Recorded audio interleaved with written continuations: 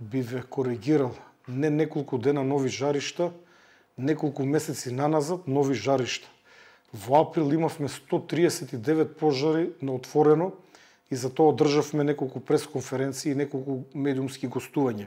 Во мај имавме 141 пожар на отворено, во јуни само 19. Но овие пожари, бидејќи се уште вегетацијата беше влажна и температурата пониска, беа релативно полесни за совладување, иако се соочивме со неколку тешки пожари во периодот април, мај и јуни, и еден добар дел од нив настануваа поради палењето на стрништата од страна на земјоделците или пасиштата од страна на сточарите. Сега состојбата се менува, вегетацијата е значително исушена, врнежите престана, овие врнежи кои што ги имаме последните денови се многу слаби, едва и да ја натопуват земјата со одредени исклучоци.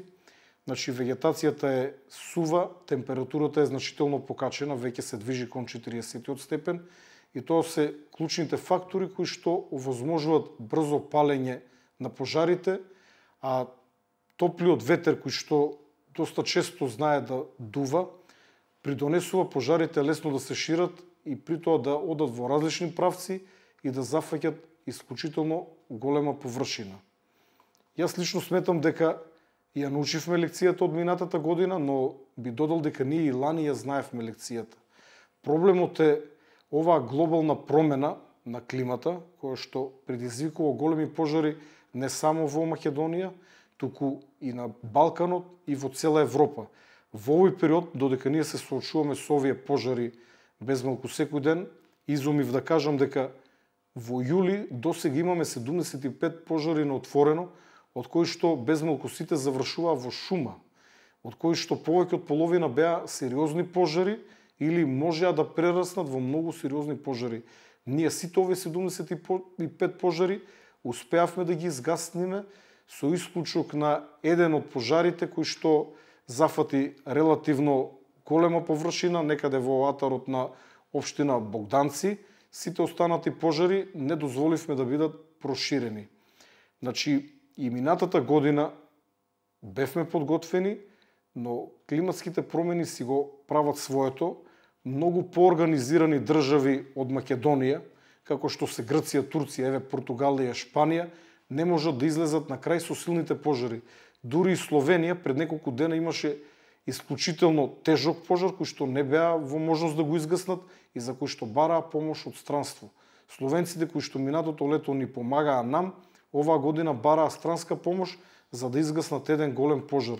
Значи, работите се менуват, климатските промени си го прават своето и овде не можеме ние да зборуваме само за слабости на државата или на системот за управување со кризи, бидејќи ако споредиме со соседството, ако споредиме со регионот, па и со цела Европа, да, можеби ние и минатата година имавме голем број на пожари, имаше голема материјална штета, но ние сме горди на тоа што немавме ниту еден загубен човечки живот.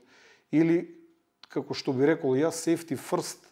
На прво место, безбедноста на граѓаните, безбедноста на пожарникарите, безбедноста на членовите на посадата на леталата. Дури потоа шумите, затоа што нови дрвја ќе пораснат, но човечките животи нема да се вратат. На одредени критики на оваа тема го поставувам прашањето колку дрва кошта еден човечки живот. Ние сме исклучително внимателни, насоките кои што како Центар за управување со кризи ги даваме се safety first. На прво место безбедноста на луѓето, потоа се останато. Причините се различни, но во најголем случај, безмалку во сите случаи е човечки фактор, со тоа што слободно можам да кажам дека минатото лето констатиравме и појава на пожари од водовите, електричните водови, и на далноводите и на нисконапонската мрежа, иако имаше одредени негирања од страна на МЕПСО, сепак ние од нив побаравме и со заклучок на управувачки комитет да извршат проверка на затегнатоство на жиците и сметам дека оваа година состојбата е подобрена, бидејќи жиците кои што се лабави, на топло време знаат да се растегнат дополнително и при дување на ветер се допират, летат искри кои што паѓат во сувата трева и за миг тревата се пали и пожарот се шири. Токму затоа и сега, во оваа прилика апелирам до нив да вршат континуирана проверка на затегнатоста на жици, бидејќи штетите од пожарите може да бидат катастрофални за државата, па и за нив. Една од другите причини, рековме човечкиот фактор, кај што причините често знаат да бидат криминални, кога некој намерно пала дрва за потоа да ги купуваат поевтино или не знам каков друг интерес наоѓаат во нив. Одредени лица ги палат шумите од патолошки мотиви, пиромани, кои што уживат во огнот, не размислувајќи дека може да убијат некого, но имаме и пожари од невнимание. Често се случуваат и пожари од невнимание, затоа апелирам до граѓаните да не палат оган на отворено, да не палат скари, па дури оние плински решоа или плински уреди можат во одреден момент да предизвикат големи пожари, колку и да се наведум безбедни, со едно мало невнимание може да паднат и да ја запалат непосредната околина, сувата трева или ако се во уште поцрно сценарио во некои зимзелени дрва каде што има убава сенка, да ги запалат сувите иглички кои што паѓаат од зимзелените дрва, шишарки и така натака, кои што потоа многу лесно горат поради смолата и пожарот се шири со огромна брзина. Воедно повикувам да внимават, особено за наечиите кои што работат со алат кои што искри, при работа со алат кои искри да не дозволат некој искра да летне во сувата вегетација, истата да ја запали, особено да не се фрлат од пушоци од цигари, бидејќи еден опушок од цигара фрлен од возило во движење покрај пат, магистрален, автопат, за миг може да предизвика пожар со несогледиви последици. Сакам да ја укажам на овие граѓани кои што се однесуваат несовесно, а кои што за среќа се минорен број, би рекол, се помалку од 1%, затоа што најголемиот дел македонски граѓани се исклучително совесни и постапуваат исклучително совесно, но тој еден мал минорен број е доволен да предизвика огромни штети, затоа кога некој фрла отпушок, неизгаснат отпушок преку прозор од возило, кога некој работи со алат кој искри, кога некој пали скара или ракува со оган на отворено, треба да помисли дека може би убива некој дете, убива некоја жена, некој возрастен човек и воопшто човек, затоа што тој отпушок може да предизвика пожар кој што неколку километри понатаму ќе влезе во некое село и ќе изгорат неколку куќи, загрозени човечки животи и огромна материјална штета. Еден од нашите најголеми успеси е кревањето на јавната свест, пред се благодарение на вас медиумите, кои што оваа тема ја држите на едно високо ниво во текот на целата година, па дури и во зимските месеци ние имавме прашања и пресконференции за пожарите кои што следат во текот на летото. Благодарение на вас медиумите, сметам дека граѓанската свест е на едно високо ниво, забележуваме промена на поведението кај граѓаните, како што веќе реков, огромното мнозинство граѓани се исклучително внимателни, минорен е бројот на лица кои што се невнимателни или кои што намерно вршат палење од криминални или патолошки мотиви или од невнимание, но колку и да е минорен е доволен за да се предизвикат сериозни пожари. Тука ја гледам нашата најголема заслуга, но овде морам да ги пофалам и Министерството за внатрешни работи, како и Дирекцијата за заштита и спасување и национални шуми, па и националните паркови, кои што во текот на целата година високо ја држат оваа тема, си имат своја собствена кампања, повикувајќи ги граѓаните да бидат исклучително внимателни при движење во природа.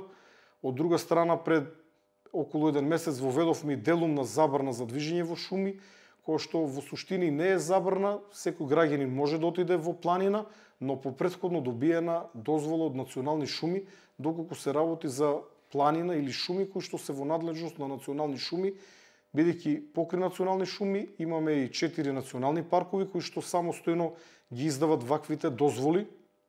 Ние, иако не и браниме на луѓето, сепак имаме увид кој се движи во овие шуми и тоа ни олеснува кога би требало да откриеме евентуален сторител на пожар.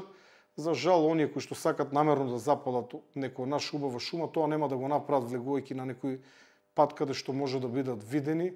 Затоа и апелирам до граѓаните, секое сомнително поведение, секое лице кое што е сомнително се движи во шума или на некој начин ракува со оган во шума, да го пријават на бесплатниот телефонски број 112, нашите оператори од 112, кои што се тоа е сектор, ново формиран сектор во ЦУК, ќе пријават оному каде што треба и ќе бидат преземени благовремени мерки, затоа што раната дојава е исклучително важна. Колку порано дознаеме за постоење на пожар, толку полесно може да го изгаснеме. Тоа впрочем се покаже на дело утрово, кога ние додека бевме во мисија на извидување на двата постоечки пожари, видовме чад, иако во првиот момент помисливме дека се работи за некоја запалена депонија, сепак го надлетавме местото и го фативме пожарот во прва фаза. Намерно запален пожар, намерно предизвикан пожар на 3 места кои што се видливи местата каде што е започнат пожарот, но благодарение на брзата реакција на пожарникарите од Радовиш и на пожарникарите од Национални шуми, овој пожар беше брзо изгаснат, најпрво оставен под контрола, а потоа и целосно изгаснат и на тој начин спасивме голема површина на шума, но воедно и на земјоделски површини и на овоштарски насади кои што се наоѓаат во близина на овој пожар во општина Радовиш околу селото Калугерица. Каде има огин, има чад, а чата се гледа оддалеку. Јас можам да кажам дека ние релативно брзо дознаваме и добиваме пријави, има различни начини за дознавање за постоење на пожари. Знаете дека постојат и сателитски снимања во живо кои што веднаш дојавуваат доколку има поголем пожар. Не знам дали на јавност е познато, но и пилотите на патничките авиони исто така имаат оврска да пријавуваат во контролата на летање доколку забележат пожар и низа други начини на рана детекција на пожари. И сметам дека горе-доле ние за сите пожари релативно брзо дознаваме, но проблем е ако се наоѓа во планина, на тешко пристапно или би рекол понекогаш и целосно непристапно место за пешадија, за пожарникарите. Тогаш единствениот начин се леталата, но хеликоптерите треба да бидат подготвени за да полетат. Може би во тој момент гаснат на друго место, може би е времето многу топло. Армискиот хеликоптер има топлотни ограничувања над 38 степени, не е безбедно да лета, такви се неговите техничко-тактички карактеристики, така што ние понекогаш имаме хеликоптер, но истиот не смее да полета. Ограничување имаат и авионите, односно авионот на ДЗС, бидејќи не може да полне вода од било каде, потребна му е поголема водна површина, има само неколку места во државата кои што се погодни за полнење во лет на овие авиони и тоа ја намалува и нивната ефикасност. Но токму од овие причини, оваа година користиме една нова тактика, која што минатата година ја користеа австриците и словенците. Веќе имаме базен кој што го полниме блиску до пожарот, на некое место каде што има некоја река или има доволно количина на вода, за да хеликоптерите полнат од овој базен, пластичен базен, од кој што може да полнат вода, на тој начин го кратиме времето на лет од местото на пожарот до местото на полнење вода. Значи хеликоптерот за неколку минути доаѓа до базенот, полни вода во ведрото, ја истура на местото на пожарот, се враќа назад, на тој начин може да направи поголем број на летови и фрлање на ведар со вода и воедно хеликоптерот на полицијата со себе си носи една цистерна со гориво за да може да танкира, да полне гориво на лице место. Цистерната ја стационираме во близина на самиот пожар. Откако ќе дојде при крај со горивото, хеликоптерот слетува во непосредна близина на пожарот, полни гориво, веднаш полетува и на тој начин може неколкукратно да ја зголемиме ефикасноста на едно летало. Токму тоа е една од причините која што ме уверува дека оваа година сме поподготвени од минатата година. За разлика од минатата година кога имавме само 2 армиски хеликоптери, сега на располагање имаме 2 армиски хеликоптери, еден полициски хеликоптер за прв пат оваа сезона и еден авион на дирекцијата за заштита и спасување. Во секој момент очекуваме да дојде и вториот авион на дирекцијата за заштита и спасување. Директорот имаше јавна пресконференција на која што ги објасни причините за доцнењето на вториот авион, а тоа се немањето на пилот од страна на компанијата која што го врши сервисот. Таа со договорот е должна да го слета авионот во Скопје. Авионот е во нејзина надлежност до слетувањето во Скопје. Поради случувањата низ Европа, тие нема доволен број на хеликоптери и не ја исполнуваат својата обврска која што имаат со договорот. И тоа е причината поради која што го се уште немаме вториот авион, но јас сум оптимист според кажувањата на директорот Беки Максути, вториот авион може да пристигне овие неколку дена.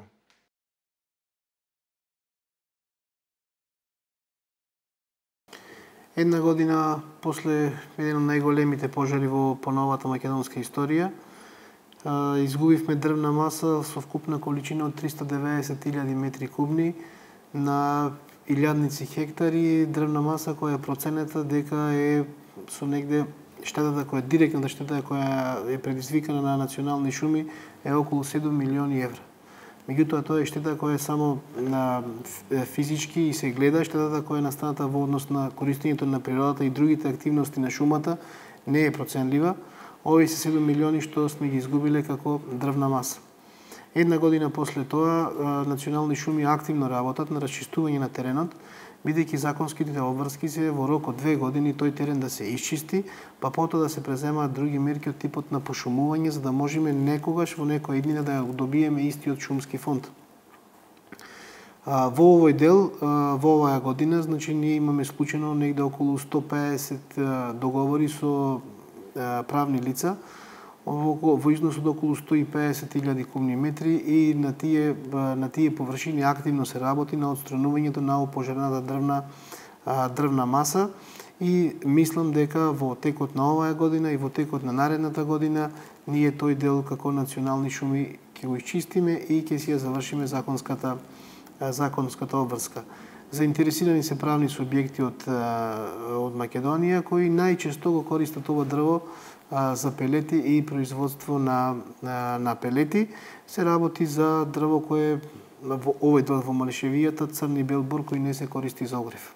Значи тоа мора да направиме разлика и цената која користи, која ние го продаваме тоа дрво е пониска, меѓутоа тука е цена која влегува од аспект на правните лица го земаат дрвото од самото место од шумата без ние да правиме никакви дополнителни финансиски трошоци.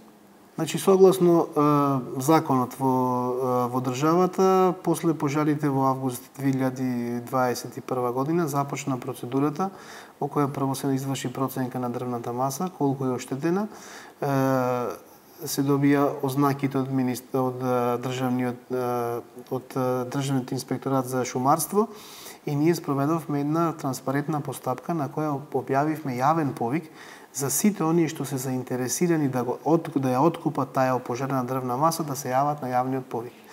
Се јавија сите заинтересирани правни лица и покажија интерес во двегодишниот период во кој сме законски обврзани да ги отстраниме дрвата, да остана дрвна маса во вкупна количина од 300.000 кубни метри. Сите заинтересирани правни субјекти добија делови во кои можат да отстрануваат дрвна маса и се уште стои отворено за секој оној што е заинтересиран, бидејќи имаме делови кои се уште не се дадени, да дојде и да склучи договори со нас за да ја отстрани опожарената дрвна маса. Со ова сакам да кажам, или можеби да ги разбијам шпекулациите, дека намерно се пали дрвната маса за да може некој да ја купи. Затоа викам, секој оној што сака да купи дрвна маса, може да дојде во јавното предпријатие да склучиме договор да земи оддел во кој ќе ја откупи дрвната маса. Кубик на опожарена дрвна маса е 790 денари. Според одлука на комисијата, предлог на комисија која сме ја назначиле од јавното предпријатие, која извршила проценка на терен, проценка на опожареноста и доставила до управниот одбор кој ја утврдил цената. Таа е цена за сите заинтересирани иста. Шуми имаме 19 возила кои можат да се користат за гасење на пожар. Тие возила се во исправна состојба и имаме една цистерна во подружницата во Кавадарци. Тоа се исправни возила с кои можат да се користат при гасењето на пожар. Меѓутоа, треба да се знае и граѓаните да знаат дека Национални шуми не е предпријатие кое гасни пожари, единствено треба да реагира брзо и секогаш да се наоѓа на местото на настанот. Морам да кажам дека во последниот голем пожар кој беше во Македонија, исто така во Беровско, за жал, Национални шуми учествуваше со 30 луѓе во гасењето на пожарот и со 6 своји возила со кои опремени со пумпи за гасење на пожар. реагираме со нашите луѓе, меѓутоа морам да кажам дека Национални шуми нема обучени пожарникари и кои им е тоа единствена дејност. Значи, ние реагираме со целиот човечки потенцијал кој го има во подружницата, значи тука влегуваат и луѓе кои се во администрацијата, луѓе кои работат и други работни задачи. Опремени сме покрај со возилата, опремени сме и со рачни пумпи и сега во овој момент завршува тендерот за набавка на уште 100 рачни прскалки. Тоа се прскалки кои збираат околу 25 литри вода, значи такви 100 и чекаме одобрение од влада со кои би набавили уште десетина возила и пумпи кои ќе можат да се користат во такви теренски возила кои ќе можат да се користат за гасење на пожарите и тоа е она што во моментот го дозволува финансиската ситуација и ситуацијата која имаме финансиски во јавното претпријатие. Некаде околу 300, 310, 308, сега точната бројка не би можела, меѓутоа околу 300 шумочувари имаме на територија на цела држава. Недостасуваат чувари. Во последните години се намалува бројот на вработени во јавното претпријатие. Најверојатно кога би имале огласи и дозвола да вработуваме такви луѓе, би се нашле такви луѓе, меѓутоа мора да знаеме дека определени краишта, например, во државата се веќе празни, а најчесто шумочуварите се од селата или од областа во која гравитира шумата, бидејќи го познаваат тој крај, знаат каде може некој да се движи, каде може да предизвика проблем, бидејќи овие не се само шумочувари од пожар, тие се шумочувари и од дивократци, тие се шумочувари можат и треба да примат болест на дрвата, значи тоа е цела една служба која има сложен обем на работа. Дали би имало интерес во овој момент, значи не можам да кажам ако тоа не пробаме на пазарот како би изгледало.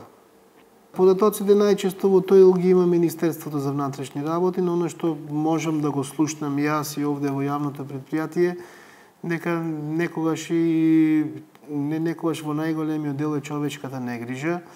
Во овој период на годината и палењето на страништата и движењето на шумата, несоодветното однесување и не случајно ние, иако имаше доста полемики во јавноста, на крајот на јуни месец ја воведовме таа делумна забрана за движење во шуми, сакајќи да апелираме и да кажеме дека е овој период во која ние можеме несвесно да уништуваме едно наше огромно богатство.